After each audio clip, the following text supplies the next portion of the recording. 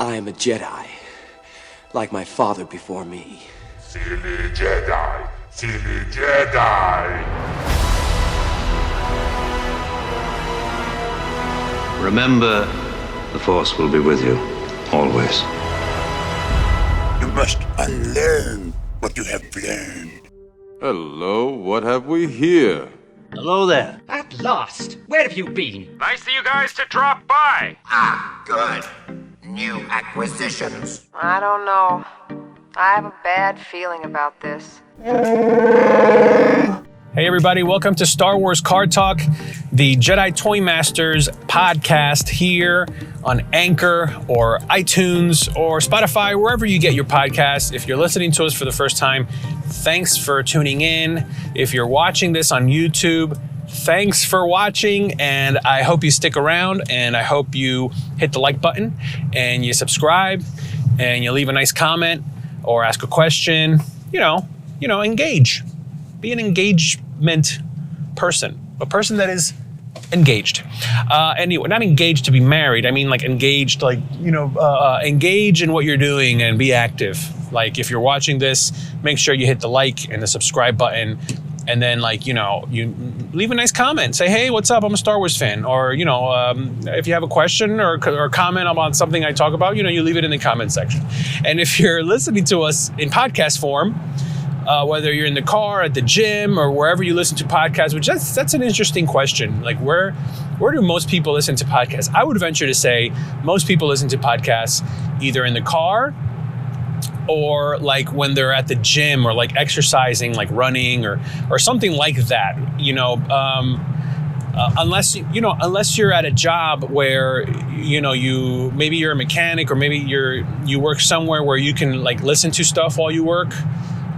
Maybe you're at a desk in an office and I know sometimes offices frown upon having things playing, because you're distracted or whatever, which I never understood that. It's like, if you can hear the phone ringing, then, you're fine. Otherwise, listening to music or a podcast in the office isn't going to prevent you from doing work. If anything, it kind of puts you in it puts you in a zone to be more efficient. But anyway, that's a podcast for another day, or another podcast. But if you're listening to us, I hope you, write us a nice little review on iTunes. Just adjusting this camera a little bit. There we go. Leave us a review on iTunes, because from what I understand, when you leave a podcast a review, it helps that podcast kind of like stand out in the crowd, and helps others discover it. So I don't know, something to do with the algorithm of whatever. But this is a Star Wars podcast, and I'm in the car talking, so that's why it's called Star Wars Car Talk. Today, it's another cold day here in the Northeast, and we got like 2 snowstorms in the last couple weeks, I suppose. And again, it's cold today. It's supposed to be snowing a little bit later on today, and then again later in the week. So, it's Hoth weather. That's what happens. This is the Hoth season, which is kind of funny how when you live in the Northeast, like New York and these surrounding areas, you get all 4 seasons, and you are able to really experience all the 4 seasons of Star Wars. You have Hoth season, which is winter. You have Hoth. Then you have the spring. You have the spring, which is kind of like Endor. And then you have your summer, which is definitely Tatooine weather. And then the fall, I would say the fall, sometimes it's kind of cold, sometimes it's wet. It's kind of that in between. I would say the fall is almost like maybe like a Dagobah or a Cloud City. It starts to get darker a lot earlier in the day. But anyway, that's enough of that. Wanted to touch on some of one little interesting thing that I thought was interesting, because I don't think I've ever done it on the podcast before, and that is ranking the Star Wars films in order of my order of how I like them, and also in order of how I think you should watch them. And I'm going to do this on the fly because I kind of have an idea of how I prefer to watch them. And I'll leave it up to you guys to let me know what you think in the comments below, or you can hit me up at Jedi Toy Masters on Instagram and message me over there. So, but before that, let me just touch on, last week I mentioned, last week's show was basically like this, the crazy theory floating around about the sequel trilogy being rebooted or rewritten or whatever. And there's some legs to that theory because it's still floating around in the news. I mean, you do a little search on YouTube and you're going to see tons of videos, people talking about it, analyzing it. People, there have been, accounts of just, taking what people have said in interviews, like Dave Filoni and Jon Favreau, and what others have discovered from some quote unquote insiders in Star Wars and Lucasfilm and Disney. And there is I think there is some truth to it. A lot of times when you hear a rumor and it's so grandiose as this, like redoing the sequel trilogy, that's insane. Like, they're not going to do that. A lot of times there's a little bit of truth in there. Maybe they're not going to redo the sequel trilogy, but like I said last week, I do believe that there is a way for them to very subtly perhaps re-edit them or retcon a few things and release them on Disney Plus almost like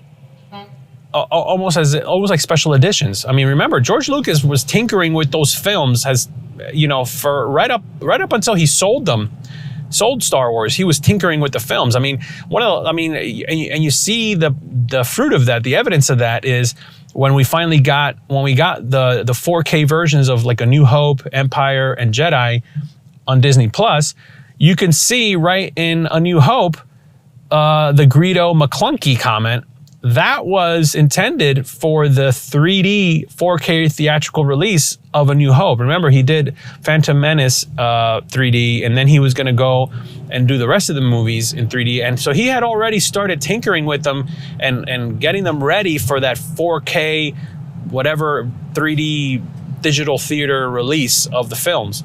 And that never happened, but we got them as on Disney Plus in streaming. So all that to say is I think we're in for a treat in a way, because you may love it or hate it, but anytime the fact is, if George Lucas hadn't tinkered with the special editions,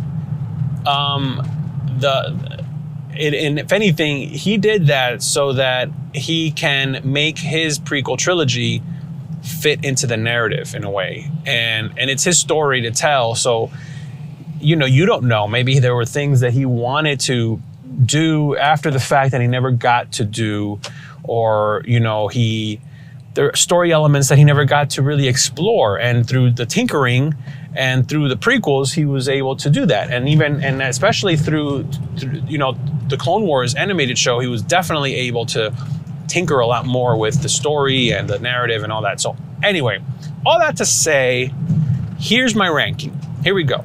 So the order that I saw the Star Wars films in is as followed. I saw Empire first. So I saw episode 6 first. Then I saw episode 6. Then I saw episode 4. So episode 4 for the longest time was like a prequel to me. Like, I was like, wow, so this is how they all met, and this is how they, it was bizarre, but at the same time, like, I don't know, I have such a just emotional response to Empire because it's just it goes hand in hand. It's I associate it with my childhood. It's like the music and all that. It just brings warm feelings to my heart, as Yoda would say. It just reminds me of certain things from my childhood, just like playing with the toys and just so much warmth there. So anyway, and then there was the excitement of watching Return of the Jedi for the first time on VHS in my room on my gigantic VHS player, VCR. and with my tiny TV and with my plate of milk and cookies and just being blown away by it, and I couldn't believe it. And then I watched A New Hope third, and I gotta admit, I wasn't. I mean, the end trench run, the end battle, all that stuff was exciting, but everything leading up to that, I'm gonna be honest, as a kid, it was a little boring to me. Like it was like a slow burn for me. But it's because I'd watched Empire and Jedi. You know, I had watched Empire like, oh my gosh, like 100 times, and then I watched Return of the Jedi like a couple of times on tape, and then I finally got a copy of it, and then I watched it a lot, and then I saw A New Hope. I think I just rented it and I watched it, and then that was it. Like I don't think I watched it much. It was really Empire Strikes Back and Return of the Jedi were like the two movies that I watched over and over and over again. Then you get to the prequels, and obviously I saw episode 1, 2, and 3 in the theater, and you know, they were exciting and confusing and just a slew of emotions there because I didn't know what, you know, I was super excited. I didn't know what was, you know, what's going on. I thought to myself, like, oh my gosh, like, this is episode 1. Like, what's gonna happen? What's gonna happen in the next movie? Then I saw obviously 7, and then Rogue One, and then 8, and then Solo, and then 9. So that brings us to the ranking. So my number 1 movie of all time is gonna be, you guessed it, Empire Strikes Back. Empire Strikes Back is it's as close to a perfect Star Wars movie as you can get. And I just love it. I just love it. You know, there's something obviously with the fans where, you know, if you grew up watching the prequels first as a kid, then those movies are special to you, you know, and those characters. And then you got the animated show. Like, man, imagine if we would have gotten the original trilogy, and then like in the 80s had gotten really good animated shows that told the story before, you know, the story before Empire, or the story that took place in between A New Hope and Empire. And, you know, we got Droids. It was just like not a great show. And then the Ewok shows, which were, you know, they were okay, but it wasn't as like, it wasn't Clone Wars. It wasn't Star Wars Rebels. So anyway, so my ranking would be Empire. Let's see, what movie do I like next the most? You know, I think, honestly, Return of the Jedi. So Empire, Return of the Jedi. Then I would say, man, it's a close tie between A New Hope and The Force Awakens. I know, I'm throwing a sequel trilogy movie in there, but A New Hope and The Force Awakens are just so similar in tone, and they're both kind of like movies that started it in a way, because A New Hope started Star Wars and The Force Awakens started the Disney era Star Wars. And they're very similar. I mean, there's a Death Star, Starkiller Base, somebody dies, a battle at the end, you know, a trench run. I mean, you know, but actually, you know what? The more I think about it, I think I'm going to say New Hope. So we have Empire, Jedi, Return of the Jedi, A New Hope. Then I would say, really, Episode 1. Yeah. I'm going to say Episode 1, then A Force Awakens, then... no, wait a second. I got to throw in Rogue One in there. Okay, we have Empire, Return of the Jedi, Rogue One, A New Hope, The Force Awakens. No. Okay, here we go. Start it over. Here we go. The Empire Strikes Back is number 1. Return of the Jedi, Rogue One, A New Hope, The Phantom Menace, because The Phantom Menace, it's there's an emotional response there to that. It's, you know, say what you will about it, it was a special movie. Then The Force Awakens would be 6. Then Attack of the Clones, Revenge of the Sith, Solo, The Last Jedi, and Rise of Skywalker is last. So there you have it. That's my ranking right there. Now, as far as order that you should watch them in, you know, I like the idea of watching them in release order. The original trilogy, followed by the sequels, the original trilogy, followed by the prequels, followed by the sequels. But to be quite honest, at this point, I feel like we don't even need the sequel trilogy anymore. So as far as like, if I was gonna like say, hey, you know, you're gonna watch Star Wars, okay, here's what you do. Watch episode 4 and episode 5, and then go watch so do the machete order, basically. Then, okay, you do episode 4, episode 5, then episode 1, episode 2, then watch Clone Wars, then watch episode 3, then go back and watch episode 6, Return of the Jedi, and then go watch The Mandalorian. And then you're basically set. You're up to date. And if you want, you can go back and watch Star Wars Rebels and Rogue One. You know, like if you really want. Like I wouldn't start with Rogue One. I would start with A New Hope. And then maybe, because Rogue One just kind of gives you a little, it's fun to watch Rogue One after you have seen A New Hope, because then it kind of like, those little moments, you kind of like get them, you know? So that's basically it. That's how I would do it. And don't even bother with Star Wars Resistance, the animated show. Don't even bother with the sequel trilogy. Just do all that and then watch Mandalorian, because Mandalorian basically takes place right after Return of the Jedi, which is the last movie you would have seen in this whole order. And then you'll be basically like all caught up, and the season finale of season 2 of Mandalorian would have been that much more special. And then you would be like, wow, what does the future hold? And that's where we find ourselves right now. What does the future hold? Because if you stop thinking about the sequel trilogy, then it's like, oh, wow, we have like new Star Wars content coming out that takes place in this time period of The Mandalorian before this sequel trilogy.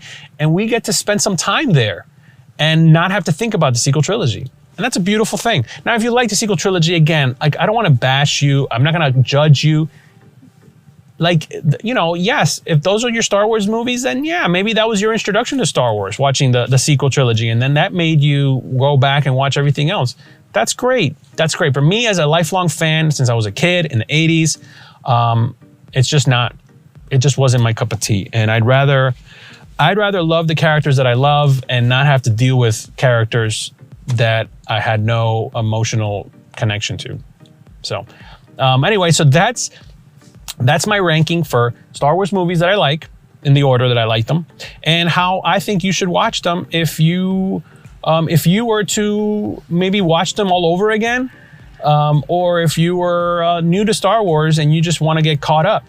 Because really, all you really need to do is do what I just said and get caught up, and then right up to The Mandalorian, and you'll be fine. Like, if you want to watch the sequel trilogy, yeah, you can watch them, but it's of no consequence. So anyway, I hope you enjoyed this episode. Please make sure you like and subscribe if you're watching on YouTube. Comment below what's your order that you would watch them in, and what's your ranking of all of them. And also, if you're listening to us, thanks for listening, and I hope you have a great rest of your week, and we'll see you next week. And remember, The Force will be with you, always.